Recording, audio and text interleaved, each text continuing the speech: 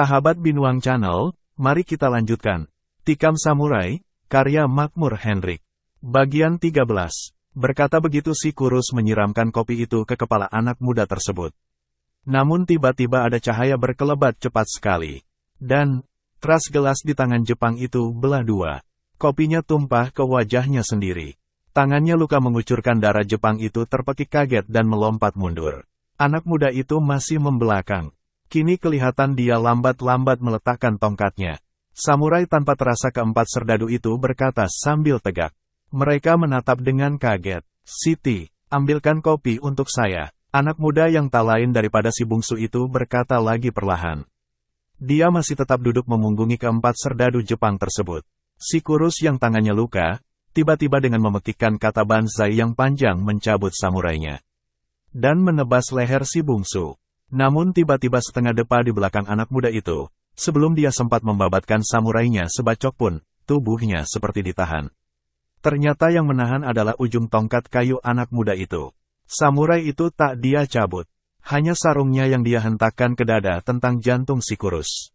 Kini mereka berempat, termasuk Siti dan ayahnya, baru dapat melihat dengan jelas wajah anak muda itu. Seorang anak muda yang berwajah gagah, tapi amat murung. "Saya tak bermusuhan dengan kamu kurus. Kalau engkau coba melawan saya, engkau akan mati seperti anjing." Pemilik kedai ini serta anak gadisnya juga tak bermusuhan dengan kalian datang menjajah kemari. Kalian telah banyak menangkapi para lelaki, dan memperkosa wanita negeri ini. Karena ini jangan ganggu gadis ini. Saya meminta kopi, jangan ganggu saya minum. Sehabis berkata begini, dia menolakkan tongkatnya. Dan si kurus terdorong ke belakang tanpa sempat membabatkan samurai di tangannya yang telah terangkat. Si bungsu menatap pada Siti yang masih duduk di pangkuan salah seorang Jepang tersebut. "Siti, ambilkan kopi saya," katanya perlahan. Siti segera berdiri. Jepang yang memeluknya seperti tersihir, tak berani menahan gadis itu. Siti segera membuatkan kopi, kemudian meletakkannya di depan anak muda itu. "Duduklah," anak muda itu menyuruh Siti duduk di kursi di depannya. Sudah tentu dengan segala senang hati Siti menurutinya. "Apapun yang akan terjadi Siti, tetaplah diam," dia berkata perlahan sekali sebelum meneguk kopinya. Siti mendengar ucapan itu, matanya tak lepas menatap anak muda tersebut. Dia mengangguk, dan saat itu si kurus yang tadi masih tertegak dengan samurai terhunus tak dapat membiarkan dirinya dilumuri taik seperti itu. Tanpa teriakan banzai seperti tadi, dengan diam-diam saja agar tidak diketahui, dia melangkah maju. Dan tiba-tiba dia membabatkan samurainya ke tengkuk anak muda tersebut. Ketiga temannya memperhatikan dengan tenang. Siti ingin berteriak. Namun dia segera ingat pada pesan anak muda ini barusan agar dia tetap tenang, apapun yang akan terjadi. Meski matanya terbeliak karena kaget dan ingin memperingatkan, namun dia menggigit bibirnya. Sudah terbayang olehnya leher anak muda di depannya ini putus dibabat samurai. Namun apa yang harus terjadi? Terjadilah. Jepang kurus itu tetap tak sempat membabatkan samurainya meski seayun pun. Dengan kecepatan yang amat luar biasa, si bungsu mencabut samurainya. 2 kali ayunan cepat dan sebuah tikaman ke belakang mengakhiri pertarungan itu. Babatan pertama memuat putus lengan si kurus yang memegang samurai. Lengan dan samurainya terlempar menimpa barang jualan di kedai itu. Darah menyembur-nyembur. Babatan kedua merobek dadanya. Dan tikaman terakhir menembus jantungnya. Tikam samurai ketiga Jepang lain tertegak dengan wajah takjub dan pucat. "Sudah saya katakan, kalau dia melawan saya, dia akan mati seperti anjing," anak muda ini berkata perlahan. "Kalian mencari teman kalian si kempete gendut bernama Sumite itu bukan?" Ketiga Jepang itu seperti dikomando pada mengangguk. Mereka masih terpesona melihat kehebatan anak muda ini memainkan samurai. "Nah, dia dan 2 kempete lainnya, juga mati di tangan saya. Mati seperti anjing, bukan salah saya, mereka yang meminta. Karena kalian sudah mendengar, maka kalian juga harus mati. Tapi sebelum kalian mati, kalian harus menjawab pertanyaan saya. Di mana Kapten Saburo Matsuyama kini berada?" Tak ada yang menjawab. Ketiga Jepang itu saling pandang. Dan tiba-tiba seperti dikomando, mereka melompat mencabut samurai mereka. Si bungsu meloncat ke atas meja. Ketiga samurai itu memburu ke sana. Dia meloncat turun. Ketiga Jepang itu memburunya. Dan kembali terjadi apa yang harus. Terjadi 2 buah sabetan yang amat cepat. Kemudian disusul sebuah tikaman ke belakang. Tikaman yang pernah dipergunakan Datuk berbangsa ketika melawan anak buah Saburo, belasan purnama yang lalu. 2 kali babatan pertama merubuhkan 2 tentara Jepang. Yang satu robek dadanya, yang satu hampir putus lehernya. Dan tikaman membelakang terakhir, menyudahi nyawa serdadu yang ketiga. Anak muda itu terhenti sesaat. Kemudian, cepat dia mencabut samurai yang tertancap di dada Jepang itu. Dan, trap samurai itu masuk ke sarung di tangan kirinya. Kini dia hanya seperti memegang sebuah tongkat kayu. Siti dan ayahnya seperti terpaku di tempat mereka. Anak muda itu berjalan lagi dengan tenang ke mejanya, di mana Siti duduk dengan diam. Dia mengangkat gelas kopinya, kemudian meminum kopinya 3 teguk. Kemudian memandang pada Siti, kemudian menoleh pada pemilik kedai itu. Maafkan saya terpaksa menyusahkan Bapak, dia melangkah ke dekat lelaki tua itu.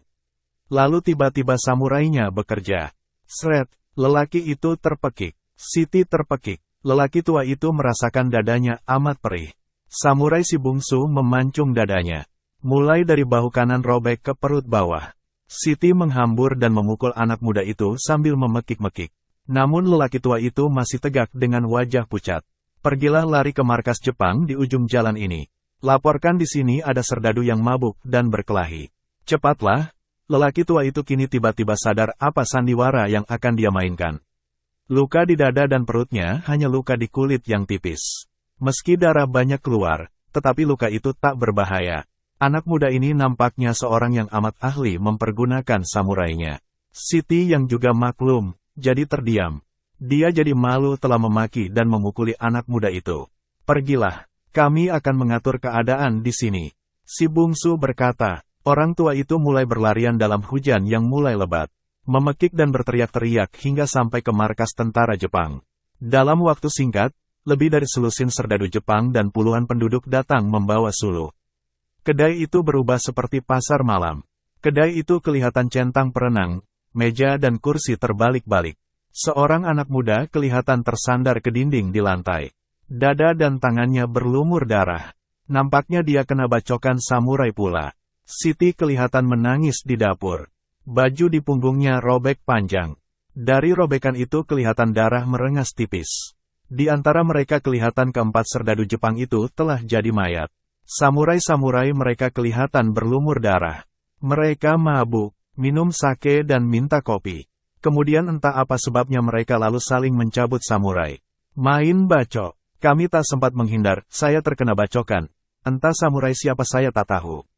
Anak muda itu yang sudah sejak sore tadi terkurung hujan juga kena sabetan samurai, Siti juga. Lelaki pemilik kedai itu bercerita dengan wajah pucat penuh takut. Lihatlah kedai saya, centang perenang.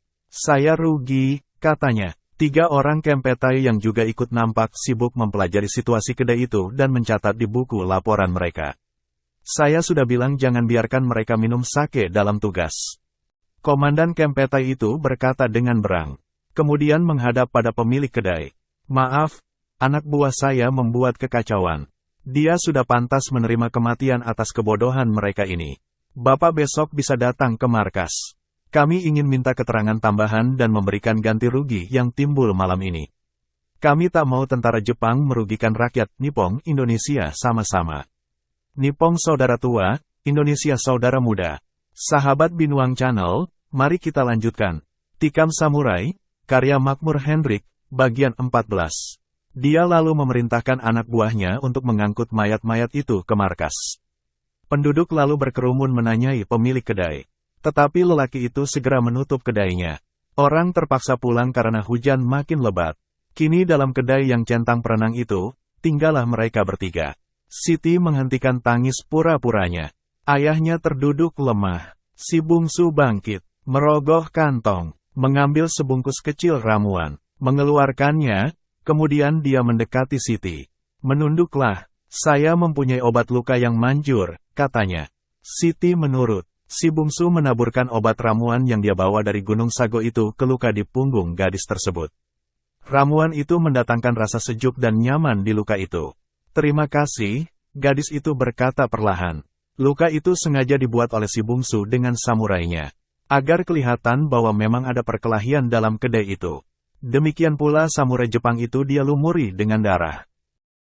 Kemudian dia juga menaburkan bubuk obat itu di luka yang dia buat di dada ayah Siti.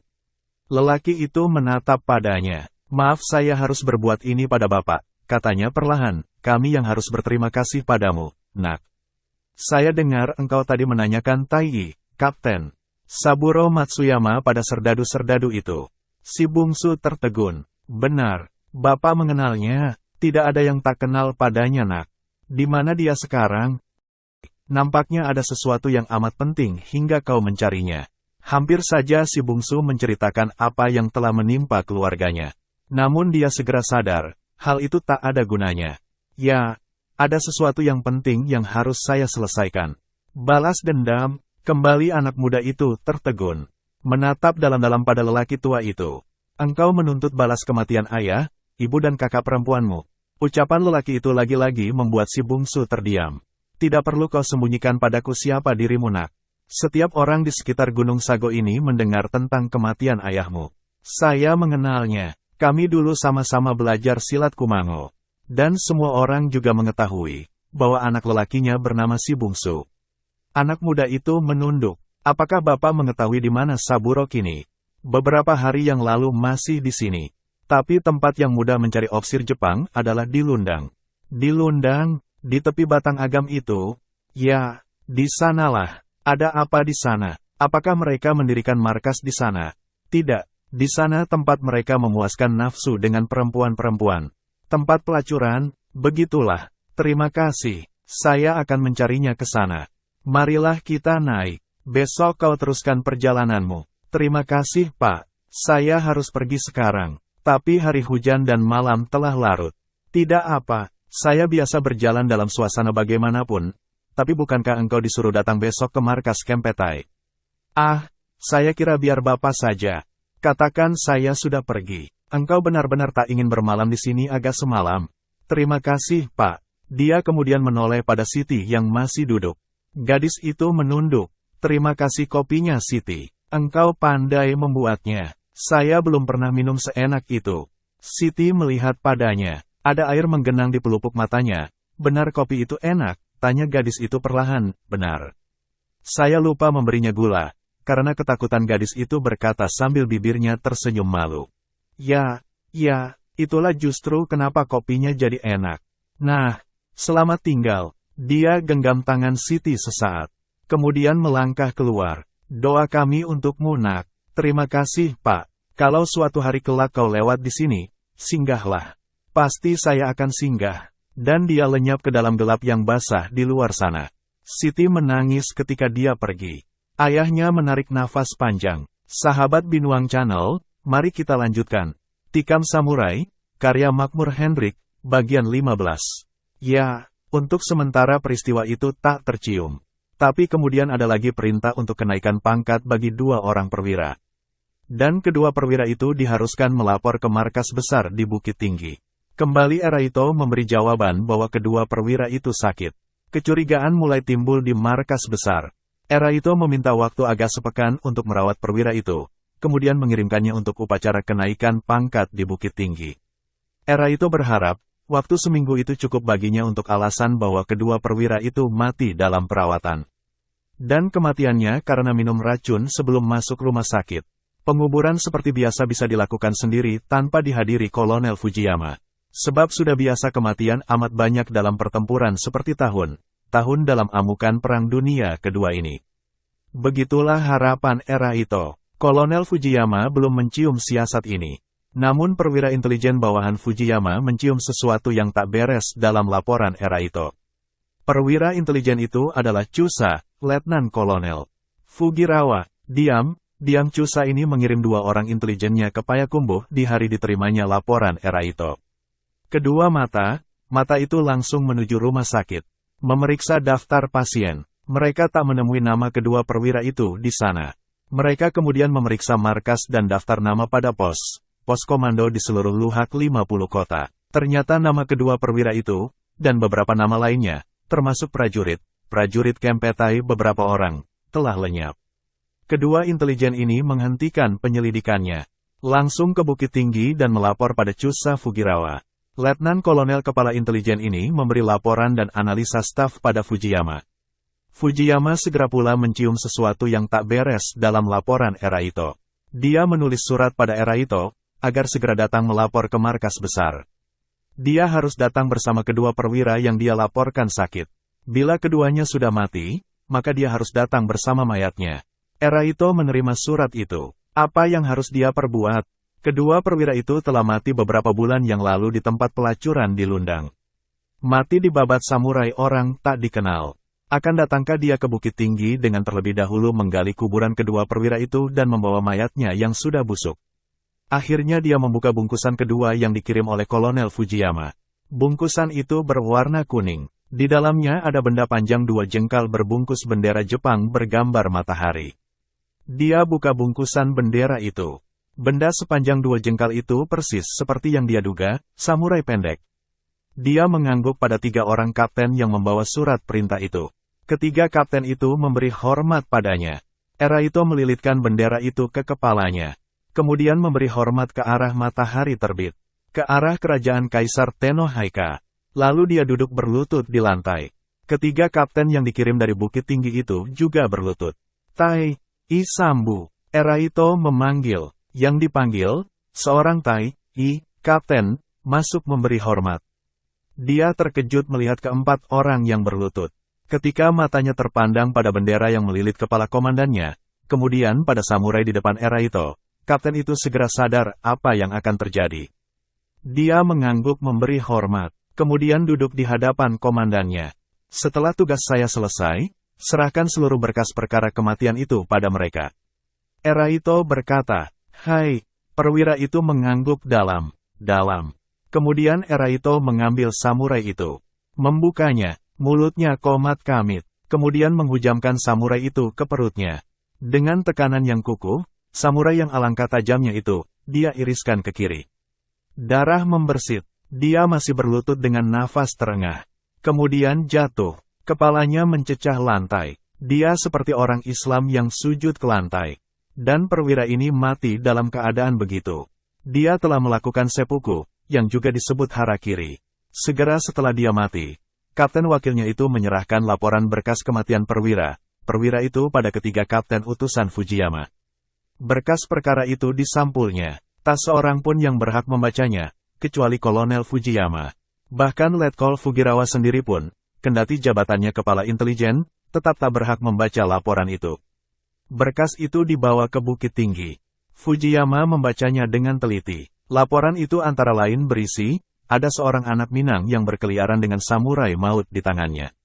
Anak muda ini entah dari siapa belajar samurai, ilmu samurainya meskipun ngawur, namun amat tinggi. Diduga dia mencari seseorang untuk membalas dendam atas keluarganya. Mungkin yang dia cari adalah Tai, Isaburo, yang dulu menjabat sebagai komandan peleton. Kempetai di Payakumbuh. Saburo memang terkenal terlalu ganas di Payakumbuh. Itulah sebabnya dahulu dia diusulkan untuk pindah dari kota kecil ini. Kini ada yang menuntut balas kekejamannya. Diduga lebih dari 20 orang tentara Jepang, perwira dan prajurit, telah mati dimakan samurai anak Minang itu. Tapi rahasia ini dipegang teguh, penyelidikan tetap dijalankan. Usaha mencari dan membekuk anak muda yang kabarnya bernama si Bungsu, anak paling kecil, dari dusun si 7 ladang lawe itu tetap diusahakan dengan ketat. Namun sampai saat ini anak muda itu tak pernah bersua. Dia lenyap seperti burung elang yang terbang ke kaki langit. Semoga dengan restu Tenno Haika, demi kejayaannya, anak muda itu segera dapat ditangkap. Demikian bunyi dan akhir dari laporan Mayor Eraito yang berkedudukan sebagai Buteicho, Komandan Batalion, Bala Tentara Jepang di Payakumbuh. Dalam laporan itu dilampirkan nama yang diduga mati di tangan si Bungsu. Kolonel Fujiyama menarik nafas dan menutup laporan itu. Eraito telah menjalankan tugasnya dengan baik. Menutup rahasia itu rapat. Tapi dia memang harus mati, karena di puncak hidungnya sendiri anak buahnya banyak yang mati. Mati bukan dalam pertempuran. Hukuman bagi komandannya adalah tembak mati atau harakiri. Eraito memilih yang kedua. Laporan itu dimasukkan ke dalam penyimpanan dokumen paling rahasia oleh Kolonel Fujiyama. Kolonel Fujiyama terkenal sebagai seorang perwira senior yang kukuh pada tradisi militer Jepang yang amat konvensional. Baginya, seorang tentara adalah seorang tentara. Seorang tentara berperang untuk negaranya. bukan untuk diri pribadi. Seorang tentara hanya bermusuhan dengan tentara dari negara yang melawan negara Jepang. Lawan tentara Jepang hanyalah tentara negara tersebut, atau mata dari tentara yang berasal dari orang sipil. Seorang tentara kerajaan Tenohaika tak layak melakukan kekejaman pada rakyat sipil. Kolonel ini terkenal sekali dengan sikap yang demikian. Dia adalah pemeluk agama Buddha yang taat. Sebagai Dai Taicho, komandan divisi dan komandan bala tentara Jepang di Pulau Sumatera, dia berhak mengambil putusan yang amat prinsipil, dan itulah yang dia lakukan. Yaitu dengan menyuruh Eraito, seorang mayor yang gagal untuk harakiri. Kini dia mengambil langkah kedua dalam urusan peristiwa si bungsu ini. Dia memerintahkan pada Saburo yang saat itu sudah berpangkat Shosa, mayor, dan menjabat sebagai Buteicho, komandan batalion, di Batu Sangkar, untuk datang menghadapnya di markas besar. Saat Saburo Matsuyama datang, dia dipaksa oleh Fujiyama untuk minta pensiun. Kemudian dipaksa untuk pulang ke Jepang. Putusan ini mengejutkan perwira Jepang. Sebab Saburo dikenal sebagai perwira yang cekatan. Namun itulah putusan Fujiyama. Saya punya keyakinan, kalau engkau masih di negeri ini, engkau akan bertemu dengan anak muda bersamurai yang bernama si bungsu itu. Dan kalau kalian bertemu, perkelahian tak terhindarkan. Saya tak dapat menerka bagaimana cara anak itu berkelahi, tapi saya punya firasat, engkau akan mati di tangannya. Karena itu pulanglah ke kampungmu Shosa. Di sana engkau akan aman.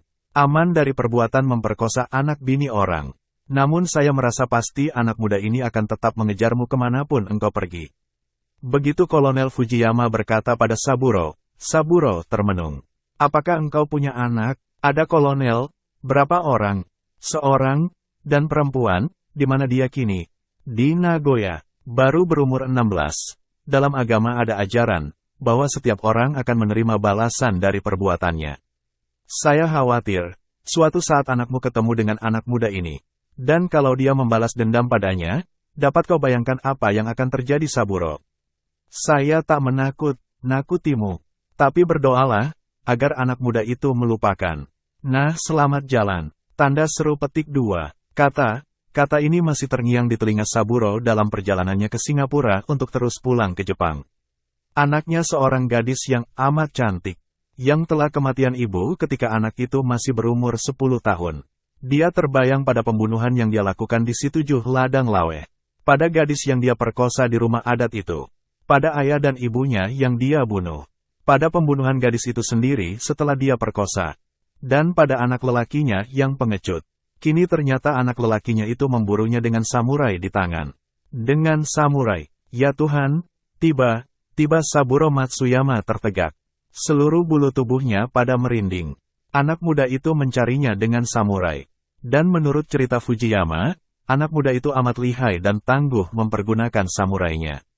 Dia segera teringat pada sumpah datuk berbangsa sesaat sebelum mati dulu.